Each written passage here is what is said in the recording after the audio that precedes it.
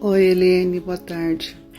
Estava olhando aqui o seu comentário e você fala que a lei do retorno não... A vida não perdoa, né? Que a lei do retorno é implacável. Eu tenho pensado muito sobre isso, sabe? Porque as pessoas fazem esse comentário sempre, né? A lei do retorno, inversão de valores, enfim, chavões desse tipo. Então, eu só vou aproveitar aqui o seu comentário, Eliane, para chamar as pessoas a uma reflexão. É como eu sempre falei, a minha abordagem, eu gostava muito do Pedro, assim, ele foi um grande amigo para mim, mas ele foi assim um grande laboratório de aprendizado para mim, aprendizado de vida e aprendizado profissional. Então, eu convido você, Eliane, e a todas as pessoas que usam esses chavões. O cara matou e achou que ia ficar impune, o cara era bandido, tá fazendo apologia a assassino, inversão de valores. O que eu mais ouço é inversão de valores. E eu queria entender o que essas pessoas pensam que seja inversão de valores. Porque pensa, quando ele ficou 42 anos no sistema e não foi morto. E era idolatrado, recebia milhares de cartas todos os dias. Ele saiu, ele ficou 5 anos fora do sistema, sempre falando que o crime não compensava, que o crime tinha tirado tudo dele, querendo trabalhar com aconselhamento de jovens para não entrar no crime, e sempre sendo convidado e pago para ir em podcasts e falar dos crimes dele. Enquanto isso, ele era super respeitado. Quando eu o conheci como paciente, né, eu não sabia quem era o Pedro, até ele sendo se apresentado para mim por um outro médico. Eu fui olhar os podcasts deles, tudo sobre a vida dele, para eu poder fazer uma abordagem que desse certo, porque eu comecei a atender o Pedro à distância, né, via online. E aí, 3 meses depois, foi durante a pandemia, ele me pediu para escrever o livro da vida dele, que ele achava que eu ia saber contar a história dele. E saber contar a história dele não era fazer ele de santo, não era também falar que tudo que ele fez na vida foi só matar, foi tudo só coisa ruim. Ele queria alguém que não contasse a história dele com sensacionalismo. E eu me comprometi a fazer isso e eu fiz isso. E aí, olha só a inversão de valores mais uma vez. Eu fiz um livro pró-vida. Eu fiz um livro onde mostra todos os absurdos que o Pedro fez, mas mostra como que ele fez para superar tudo isso. E ao contrário do que você e muita gente pensa, que ele colheu o que ele plantou, não, ele não colheu. Porque ele já estava plantando, ele estava num novo plantio. Ele colheu o que ele plantou nos 42 anos que ele viveu no inferno, que foi o sistema. Porque só quem viveu lá sabe como foi.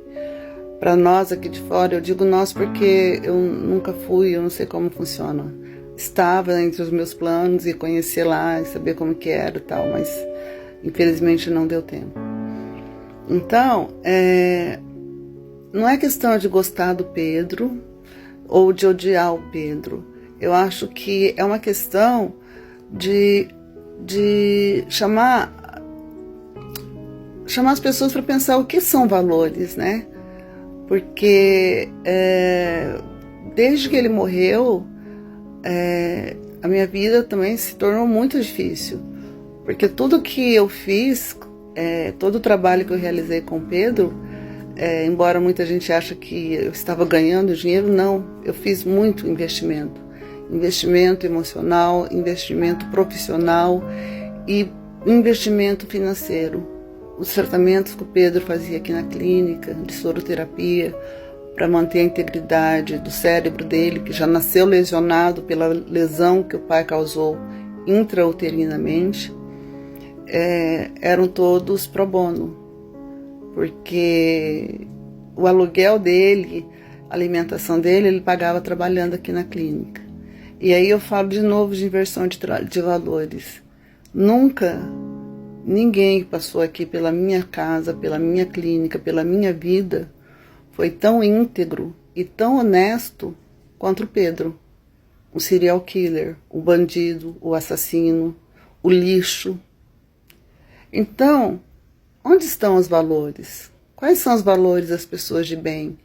Que na sua frente é uma coisa e atrás são outras. Então é isso que eu fico perguntando.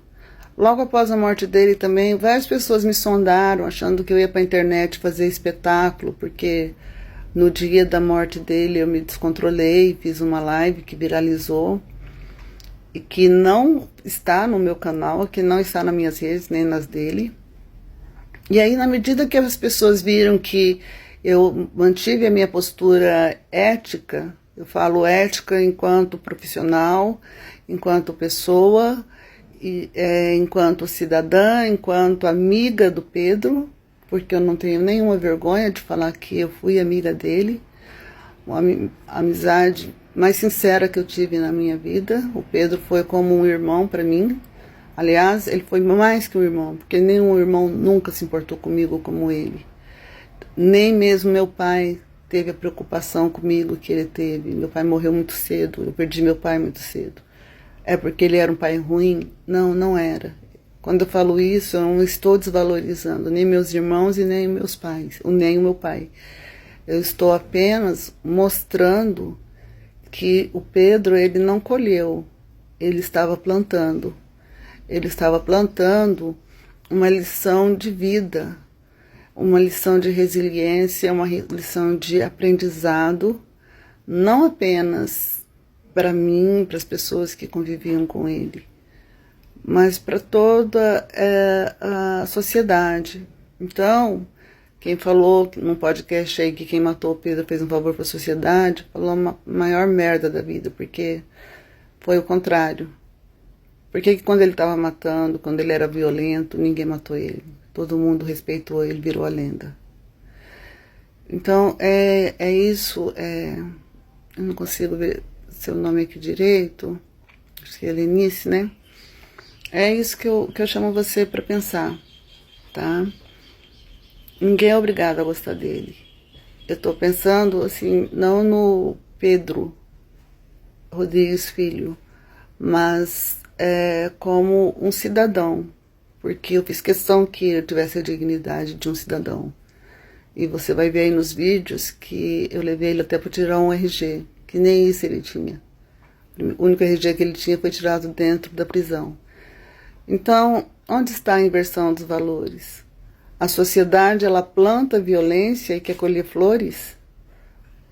Quem dissemina a educação, eu sou professora, quem cuida da saúde, quem cuida da cultura, não tem o menor valor. Mas quem vai fazer o espetáculo dos palavrões, dos absurdos, né, dessa sociedade de espetáculo que nós vivemos, tem todo o valor, toda a visibilidade do mundo. Então, eu te convido, né, pra gente conversar, mas numa boa. Eu não estou te desafiando, eu não estou chateada pelo teu comentário.